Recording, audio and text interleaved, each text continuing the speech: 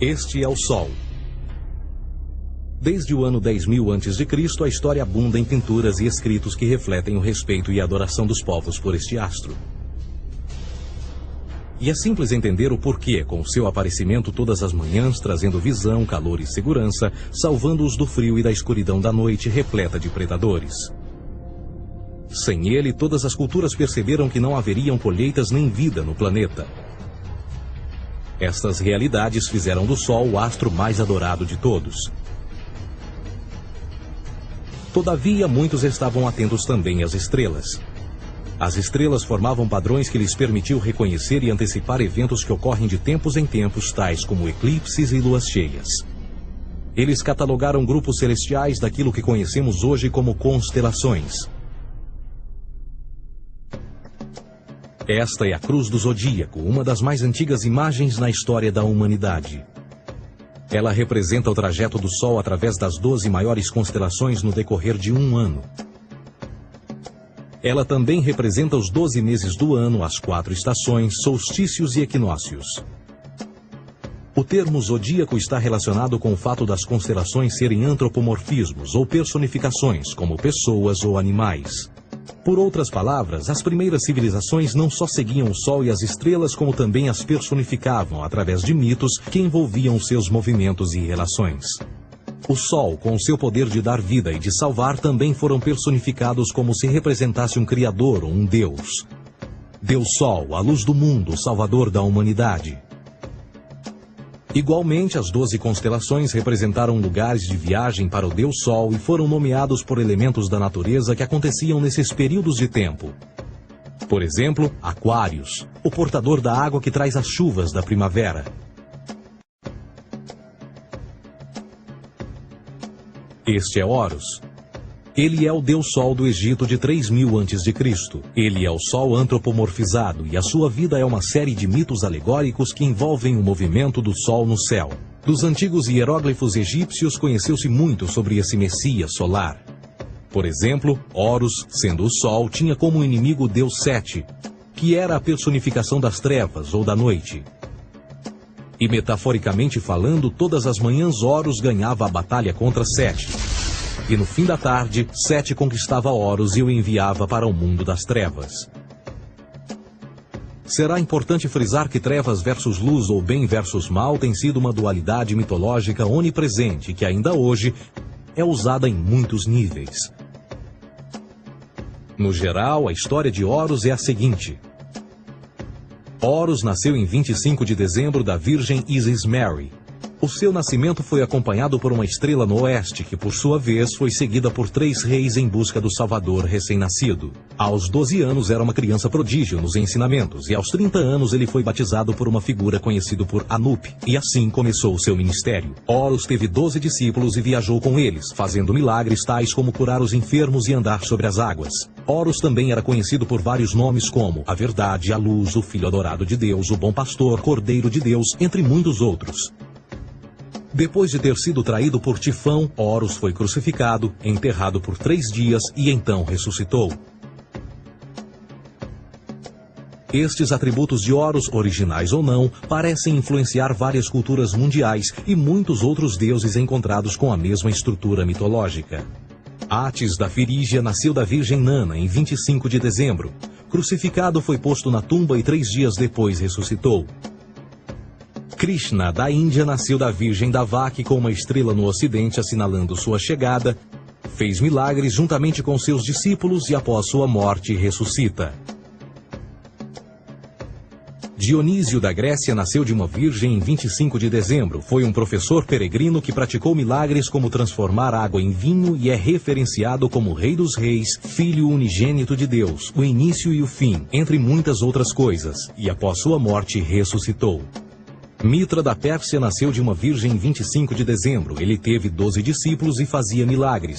E após sua morte foi enterrado por 3 dias e então ressuscitou. Ele também foi chamado de a Verdade, a Luz, entre outros. Curiosamente, o dia sagrado de adoração a Mitra era um domingo. O que importa salientar é que existiram inúmeros salvadores em diferentes períodos em diversos lugares da Terra que preenchem essas mesmas características. A pergunta que não quer calar: o porquê desses atributos? Por que o nascimento de uma virgem em 25 de dezembro? Por que a morte e a ressurreição após 3 dias? Por que os 12 discípulos ou seguidores? Para descobrirmos, vamos examinar o mais recente dos Messias solares. Jesus Cristo nasceu em 25 de dezembro em Belém. Ao nascer foi anunciado por uma estrela no ocidente que seria seguida por 3 reis magos para encontrar e adorar um novo Salvador. Tornou-se pregador aos 12 anos. Aos 30 anos foi batizado por João Batista e então iniciou seu ministério.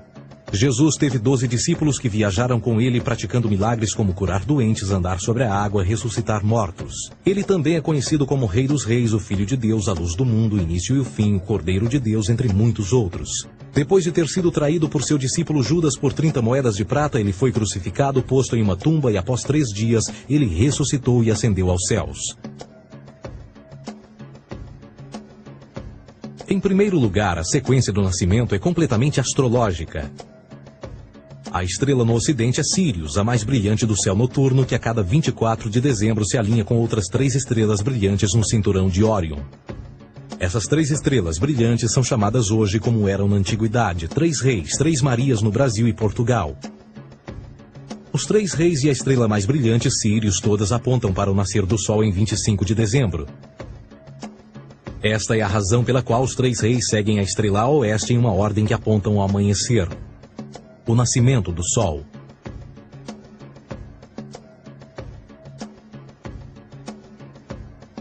A Virgem Maria é a constelação de Virgo, também conhecida como Virgo, a Virgem.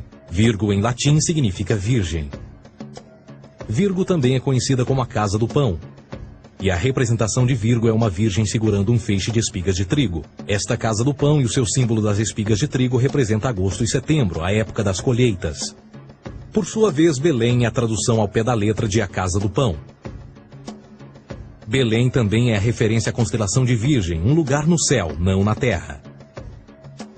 Existe outro fenômeno muito interessante que ocorre em 25 de dezembro, é o solstício de inverno. Do solstício de verão ao solstício de inverno, os dias se tornam mais curtos e frios. Da perspectiva de quem está no hemisfério norte, o Sol parece se mover para o sul, ficar menor e mais fraco. O encurtamento dos dias e o fim das colheitas conforme se aproxima o solstício de inverno, simbolizando o processo de morte. Era a morte do Sol. Pelo 22º dia de dezembro, o falecimento estava completamente realizado e faz com que atinja seu ponto mais baixo no céu. Aqui algo curioso acontece. O Sol para de se mover por 3 dias. Durante estes 3 dias, o Sol fica pelas redondezas da constelação do Cruzeiro do Sul, ou Alfa Crucis. Depois desse período, em 25 de dezembro, o Sol se move 1 grau, dessa vez para o norte, trazendo perspectiva de dias maiores, mais calor e a primavera. E assim se diz: o Sol morreu na cruz, ficou morto por 3 dias, apenas para ressuscitar ou nascer mais uma vez. Esta é a razão pela qual Jesus e muitos outros deuses solares compartilham da ideia de crucificação, morte por 3 dias e o conceito da ressurreição. É o período de transição do Sol antes de mudar para a direção contrária no hemisfério norte, trazendo a primavera e assim a salvação. Todavia, eles não celebram a ressurreição do Sol até o equinócio da primavera, ou Páscoa. Isso é porque no equinócio da primavera o Sol domina oficialmente o mal, as trevas, assim como o período diurno se torna maior que o noturno. E o revitalizar da vida na primavera emerge. Agora, provavelmente, a analogia mais óbvia de todas neste simbolismo astrológico são os 12 discípulos de Jesus. Eles são simplesmente as 12 constelações do zodíaco com que Jesus, sendo o Sol, viaja. De fato, o número 12 está sempre presente ao longo da Bíblia.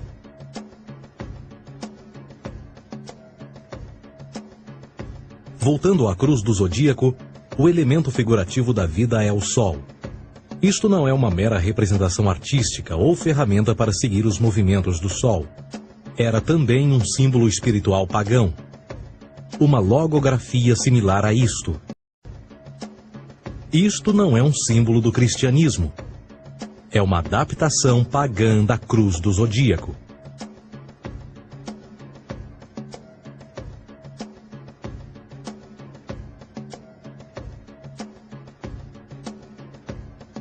Esta é a razão pela qual Jesus, nas primeiras representações, era sempre mostrado com a sua cabeça na cruz. Jesus é o Sol, Filho de Deus, a luz do mundo.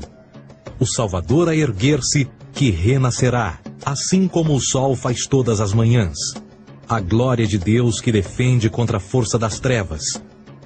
Assim como renasce a cada manhã, e que pode ser visto através das nuvens, lá em cima nos céus, com a sua coroa de espinhos ou os raios de sol.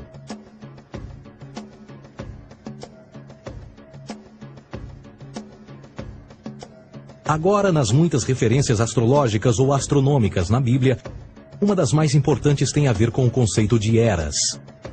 Através das Escrituras há inúmeras referências a essa era. Para compreender isto, precisamos primeiro estar familiarizados com o fenômeno da precessão dos equinócios. Os antigos egípcios, assim como outras culturas antes deles, reconheceram que aproximadamente de 2150 em 2150 anos, o nascer do Sol durante o equinócio de primavera ocorria num diferente signo do zodíaco. Isto tem a ver com a lenta oscilação angular que a Terra tem quando roda sobre o seu eixo. É chamado de precessão porque as constelações vão para trás, em vez de permanecerem no seu ciclo anual normal. O tempo que demora cada precessão através dos 12 signos é de 25.765 anos. Este ciclo completo é chamado também de Grande Ano, e algumas civilizações ancestrais sabiam disso. Referiam-se a cada ciclo 2150 anos como Era. De 4.300 a.C. a 2150 a.C. foi a Era de Touro. De 2150 a.C. a 1 d.C. foi a Era de Áries. E de 1 d.C. a 2150 d.C. é a Era de Peixes, a era que permanecemos nos dias de hoje.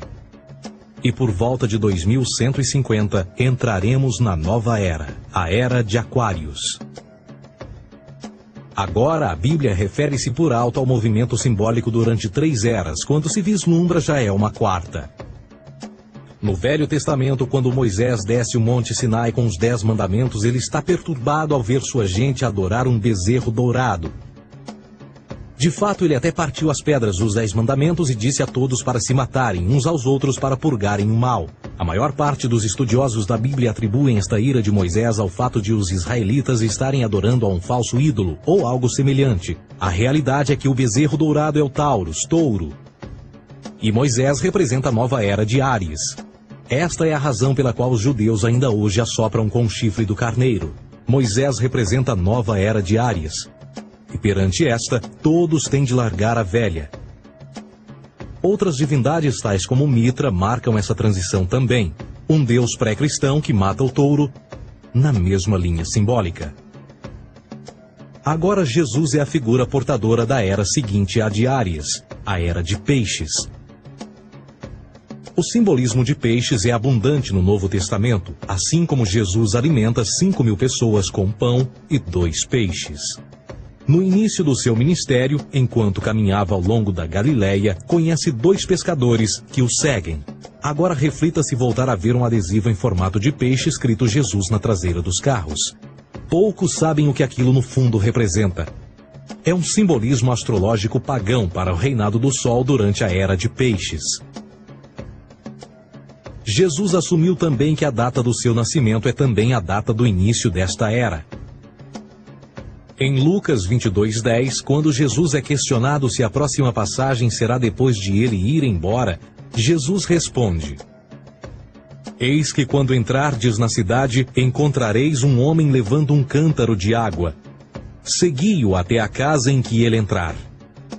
Esta escritura é de longe a mais reveladora de todas as referências astrológicas. O homem que leva um cântaro de água é Aquários, o portador de água, que é sempre representado com um homem despejando uma porção de água. Ele representa a era depois de Peixes, e quando o Sol, Filho de Deus, sair da era de Peixes, Jesus, entrará na casa de Aquários, e Aquário é antes de Peixes na precessão dos equinócios. Tudo o que Jesus diz é que depois da era de Peixes chegará a era de Aquário.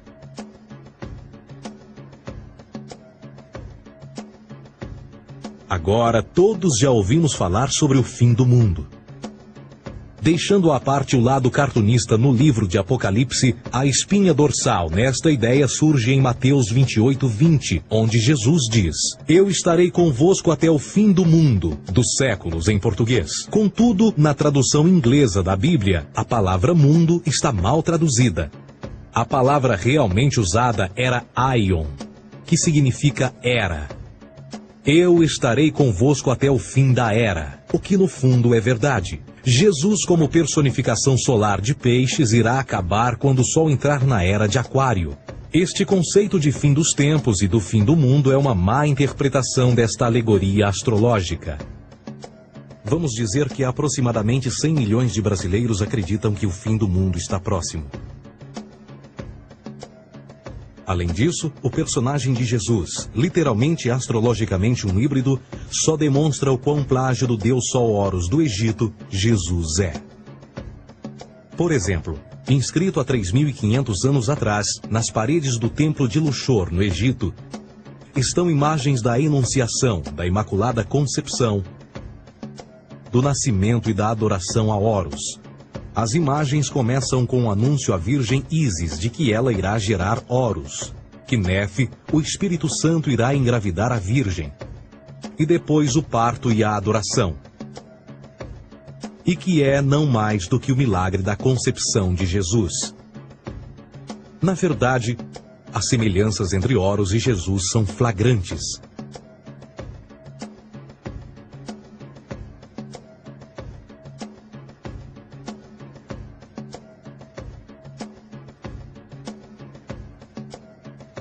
E o plágio continua.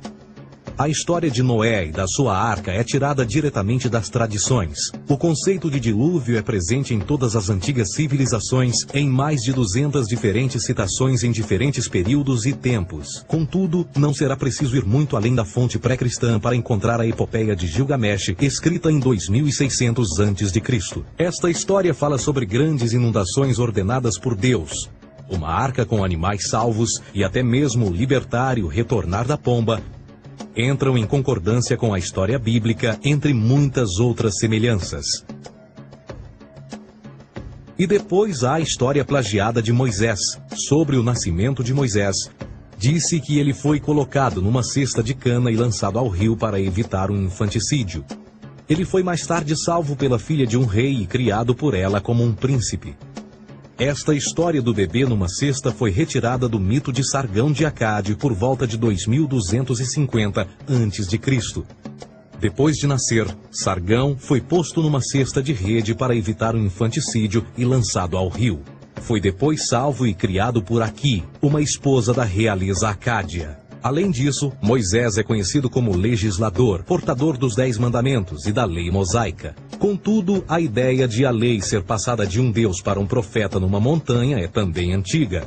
Moisés é somente um legislador numa longa linha de legisladores na história mitológica. Na Índia, Manou foi o grande legislador. Na ilha de Creta, Minos ascendeu ao monte Ida, onde Zeus lhe deu as leis sagradas. Enquanto que no Egito, Moisés tinha nas suas pedras tudo o que Deus lhe disse.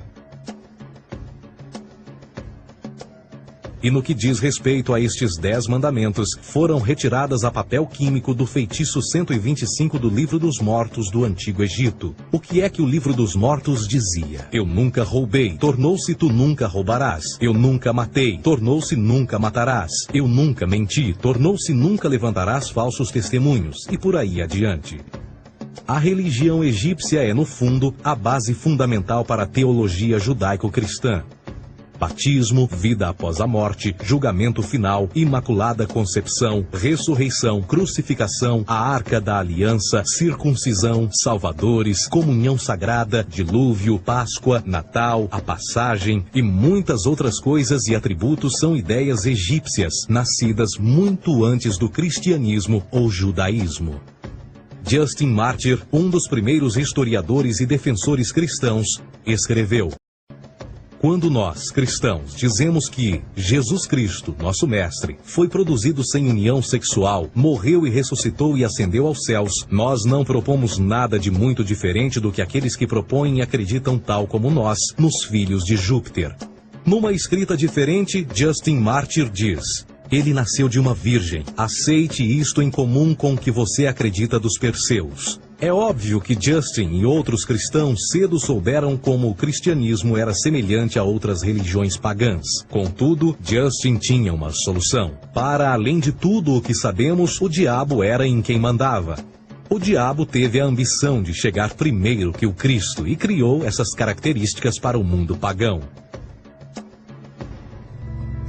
Fundamentalist Christianity, fascinating. These people actually believe the world is 12,000 years old. Swear to God. I actually asked one of these guys, okay, dinosaur fossils. He says, dinosaur fossils? God put those here to test our faith.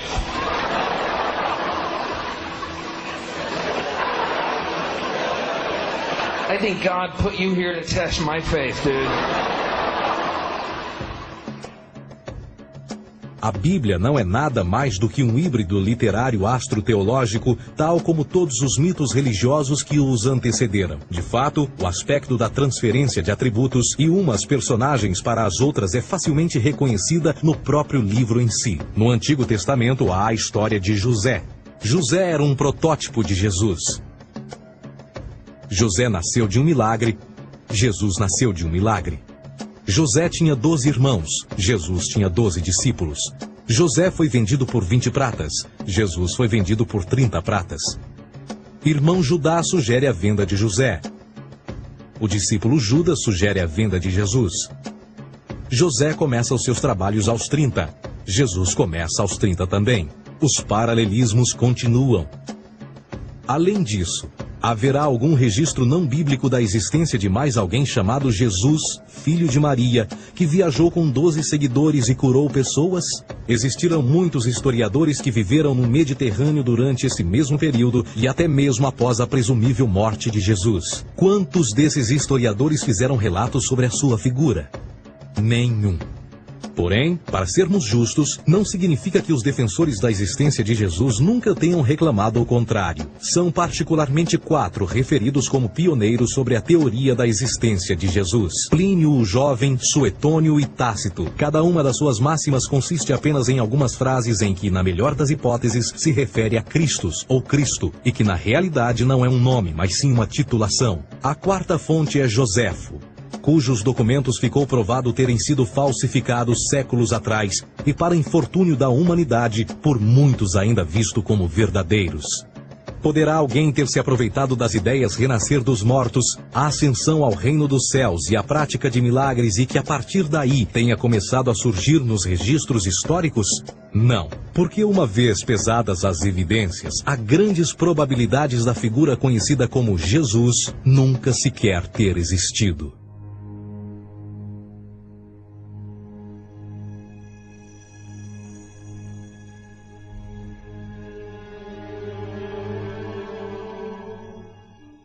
We don't want to be unkind, but we want to be factual. We don't want to cause hurt feelings, but we want to be academically correct in what we understand and know to be true. Christianity just is not based on truth. We find that Christianity was in fact nothing more than a Roman story, developed politically. A realidade consiste em que Jesus foi a divindade solar do setor gnosticista cristão e, tal como outros deuses pagãos, era uma figura mítica. Foi sempre o poder político que procurou monopolizar a figura de Jesus para controle social.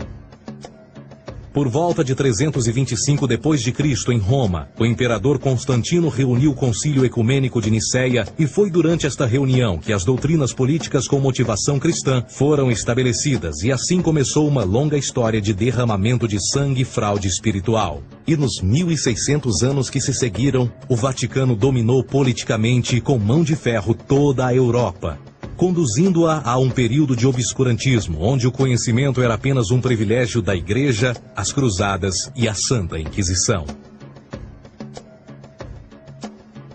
O cristianismo, bem como todas as crenças teístas, são a fraude desta era. Serviu para afastar os seres humanos do seu meio natural e da mesma maneira uns dos outros. Sustenta a submissão cega do ser humano à autoridade. Reduz a responsabilidade humana sob a premissa de que Deus controla tudo e que, por sua vez, os crimes mais terríveis podem ser justificados em nome da perseguição divina.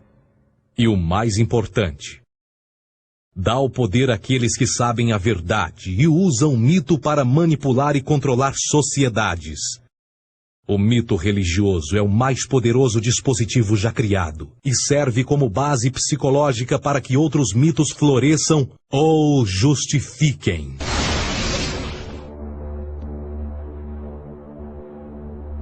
A myth is an idea that, while widely believed, is false. In a deeper sense, in the religious sense, a myth serves as an orienting and mobilizing story for a people. The focus is not on the story's relation to reality, but on its function. A story cannot function unless it is believed to be true in the community or the nation. It is not a matter of debate. If some people have the bad taste to raise the question of the truth of the sacred story, the keepers of the faith do not enter into debate with them. They ignore them or denounce them as blasphemers.